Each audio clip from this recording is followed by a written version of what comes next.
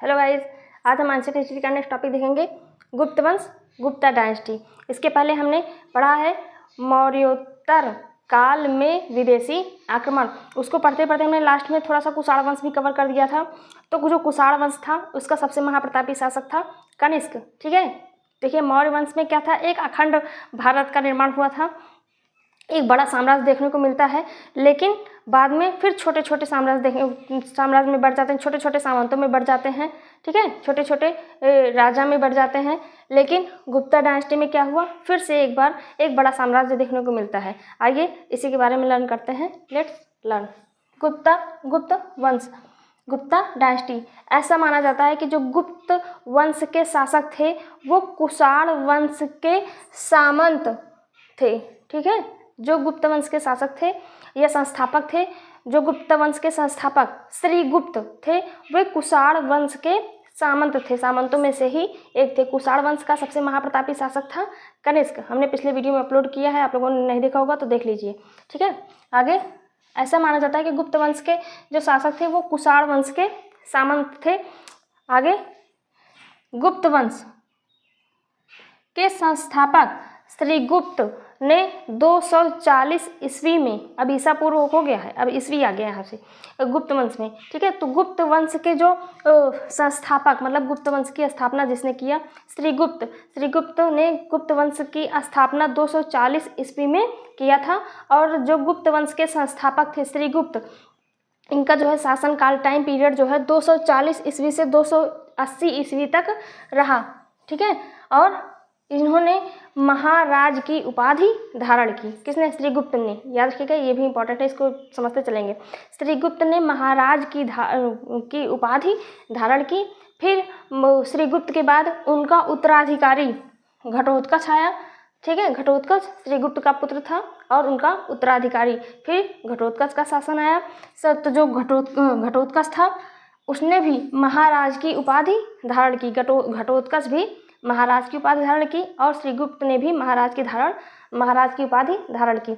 उसके बाद उनका अगला शासक मतलब गुप्त वंश का अगला शासक चंद्रगुप्त प्रथम। अब यहाँ से हमको पढ़ना है क्योंकि ये इम्पोर्टेंट राजा थे। जो चंद्रगुप्त प्रथम थे ये गुप्त वंश के एक महत्वपूर्ण राजा थे।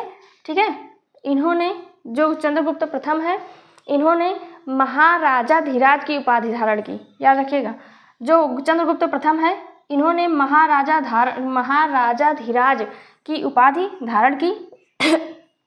और चंद्रगुप्त प्रथम ने लिच्छवी वंश की राजकुमारी कुमार देवी से विवाह किया। और इसी के उपलक्ष्य में 319 ईस्वी में गुप्त वंश की शुरुआत भी की।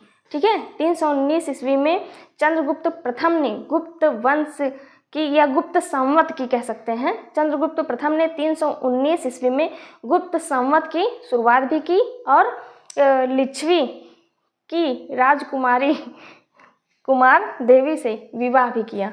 ठीक है, आगे देखते हैं। फिर उसके बाद चंद्रगुप्त प्रथम के बाद गुप्त वंश का अगला शासक, इनका पुत्र चंद्रगुप्त प्रथम का पुत्र समुद्रगुप्त शासक बना। देख लेते हैं समुद्रगुप्त के विषय में। अगला शासक समुद्रगुप्त बना। जो समुद्रगुप्त था वो कुमार देवी का पुत्र था।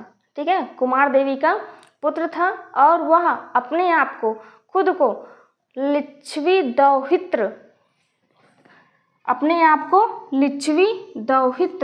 भी कहता था। समुद्रगुप्त अपने आप को लिच्छवी दौहित्र भी कहता था। समुद्रगुप्त को भारत का नेपोलियन भी कहा जाता है। समुद्रगुप्त को भारत का नेपोलियन भी कहा जाता था। समुद्रगुप्त के दरबारी कवि हरिसेन थे। याद रखिएगा, इसको बहुत इंपॉर्टेंट है। हरिसेन किसके दरबारी कवि थे? समुद्रगुप्त के। समुद्रगुप्त के दरबारी कवि हरिसेन थे, जिन्होंने इलाहाबाद प्रशस्ति नामक पुस्तक की रचना की थी। ठीक है, हरिसेन ने इलाहाबाद प्रशस्ति की रचना की। याद रखिएगा इसको।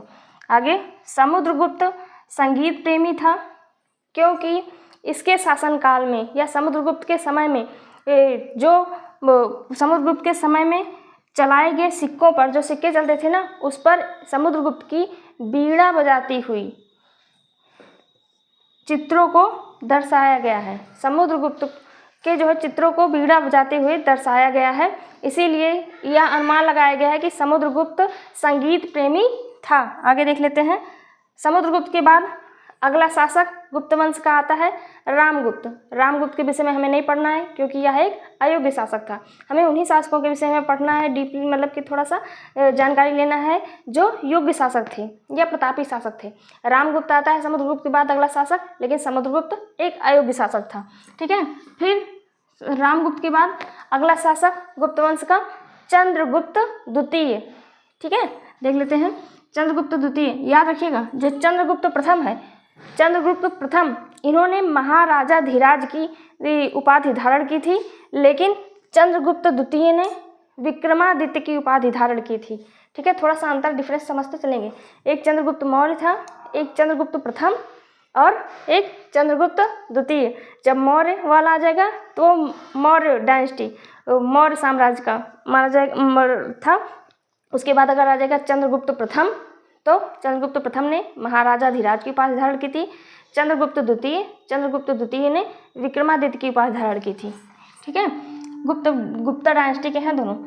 चंद्रगुप्त द्वितीय, इन्होंने मालवा व गुजरात के शक शासकों को पराजित किया और शक विजय के उपलक्ष्य में, मतलब जो शक शासकों को पराजित किया था, उनके विजय के उपलक्ष्य में विक्रमादित्य की उपाधि धारण की। चंद्रगुप्त द्वितीय ने विक्रमादित्य की उपाधि धारण की। चंद्रगुप्त द्वितीय गुप्त साम्राज्य का पहला शासक था जिन्होंने चांदी के सिक्के चलवाए थे। ठीक है, चंद्रगुप्त द्वितीय के शासनकाल के समय ही चीनी यात्री फाहियान भारत आया था। याद रखिएगा, चीनी यात्री फाहियान किसके समय में भारत आया था? चंद्रगुप्त द्वितीय के शासनकाल के समय में। चंद्रगुप्त द्वितीय के दरबार में 9 विद्वान रहते थे जिन्हें नवरत्न भी कहा जाता था। कौन कौन से 9 विद्वान? धन्वंतरी, छपड़क, शंकु, बेताल भट्ट, घटखरपर, वररुचि, अमर सिंह, वराहमिहिर और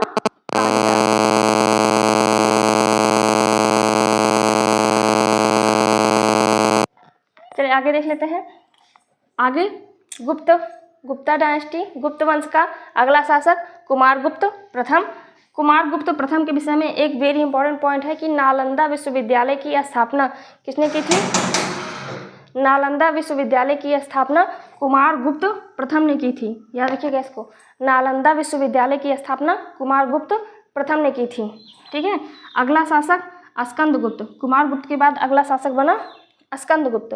स्कंदगुप्त के बाद जो है गुप्ता डायनेस्टी में बहुत से छोटे छोटे शासक हुए। जो यहाँ से हम लोग देख रहे थे ना, तो ये बड़ा साम्राज्य था।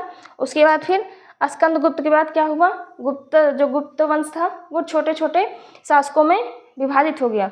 आगे यहाँ से स्कंदगुप्त से देख लेते हैं। स्कंदगुप्त के समय एरण अभिलेख से हमें भानुगुप्त के शासन की जानकारी मिलती है। ठीक है, स्कंदगुप्त के बाद आते हैं भानुगुप्त और एरण अभिलेख।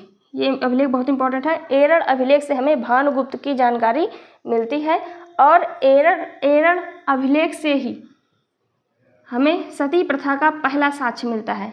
सती प्रथा का सबसे पहला साक्ष्य कहाँ से मिलता है? एरण अभिलेख से। एरण अभिलेख से ही हमें सबसे पहले सती प्रथा का साक्ष्य मिलता है।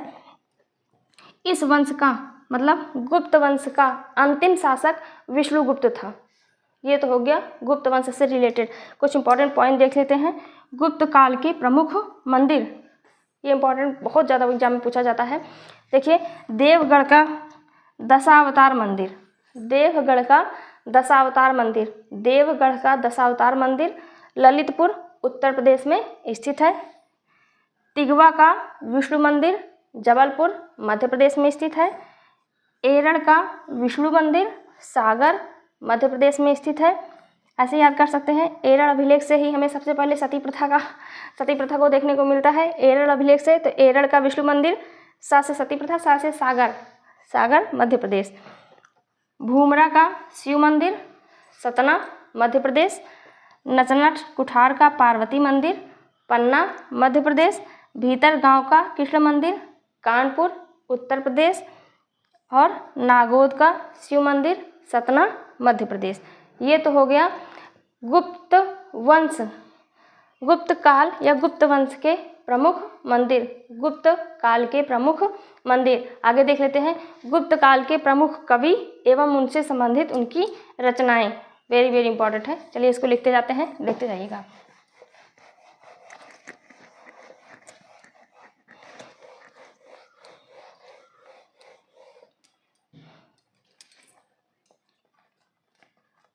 गुप्तकालीन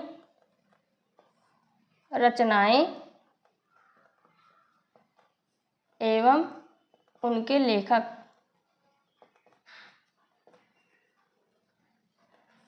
सबसे पहले आ जाते हैं कालिदास, महाकवि कालिदास। कालिदास की जो रचनाएं थी उनकी ट्रिक है, ट्रिक के माध्यम से उनकी रचनाओं को देख लेते हैं।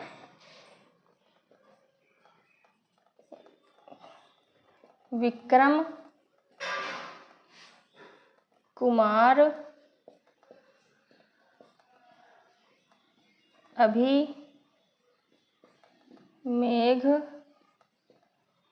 ऋतु है। कालिदास की जो रचना है उनको याद करने की ट्रिक है, विक्रम कुमार अभिमेघ ऋतु है। हम इसको लिख नहीं रहे हैं, केवल बता देते हैं आपको। विक्रम से विक्रमोर्वशीयम, कुमार से कुमार संभवम, माँ से मालविकाग्नि मित्रम, रा से रघुवंशम महाकाव्य, और अभि से अभिज्ञान शाकुंतलम, और मेघ से मेघदूतम, ऋतु से ऋतु संहारम। 1 2 3 4 5 6 7 कालिदास की कुल 7 प्रमुख रचनाएं हैं। ठीक है, ये गुप्त काल में ही हुई थी। ठीक है, कौन कौन से, इसकी ट्रिक है विक्रम कुमार अभिमेघ ऋतु है, विक्रम कुमार अभिमेघ ऋतु है, विक्रम विक्रमोर्वशीयम, विक्रम कु से कुमार संभवम, ठीक है, माँ से मालविकाग्नि मित्रम, और कुमार रा से रघुवंशम, अभिज्ञान शाकुंतलम, मेघदूतम, ऋतु संहारम। ये है कालिदास की 7 रचनाएं। आगे देख लेते हैं विशाख दत्त। विशाख दत्त, विशाख दत्त की प्रमुख 2 रचनाएं जो गुप्त काल में हुई थी, देख लेते हैं कौन कौन सी हुई थी। मुद्रा राक्षस और देवी चंद्रगुप्तम, देवी चंद्र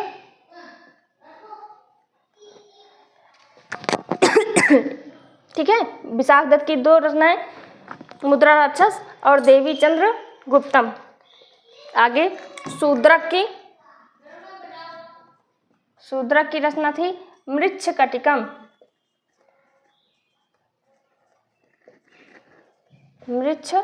मृच्छकटिकम शूद्रक की। अमर सिंह की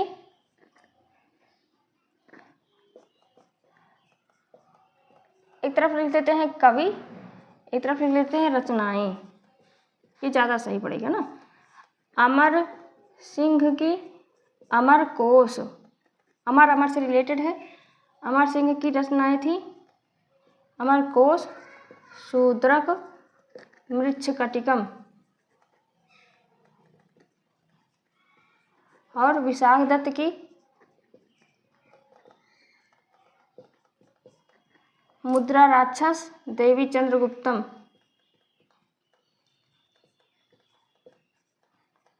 देवी चंद्र गुप्तम। उसके बाद भरत मुनि की नाट्यशास्त्र,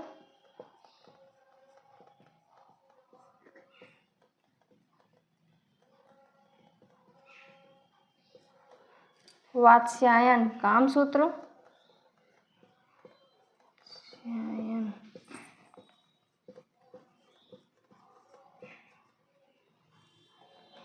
विष्णु शर्मा पंचतंत्र,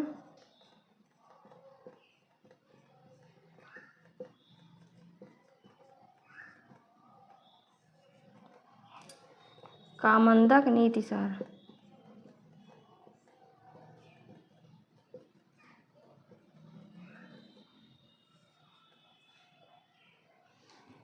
ठीक है, चलिए कालिदास की हमने पढ़ लिया, 7 रचनाएं थी, बाई ट्रिक पढ़ लिया है। उसके बाद और जो भी गुप्त काल से रिलेटेड जो भी रचनाएं थी और उनके लेखक थे उसको देख लेते हैं। अमर सिंह की रचनाएं अमरकोश, शूद्रक की मृच्छकटिकम, विशाखदत्त की मुद्रा राक्षस, भरत मुनि की विशाखदत्त की 2 हैं, मुद्रा राक्षस और देवी चंद्रगुप्तम, भरत मुनि नाट्यशास्त्र, वात्स्यायन कामसूत्र, विष्णु शर्मा पंचतंत्र और कामंदर नीतिशास्त्र। आई थिंक आपको समझ में आया होगा। अब नेक्स्ट टॉपिक पढ़ेंगे दक्षिण भारत के जो भी वंश हैं। ठीक है, चलिए, thanks for watching my video. Please like, share and subscribe my channel.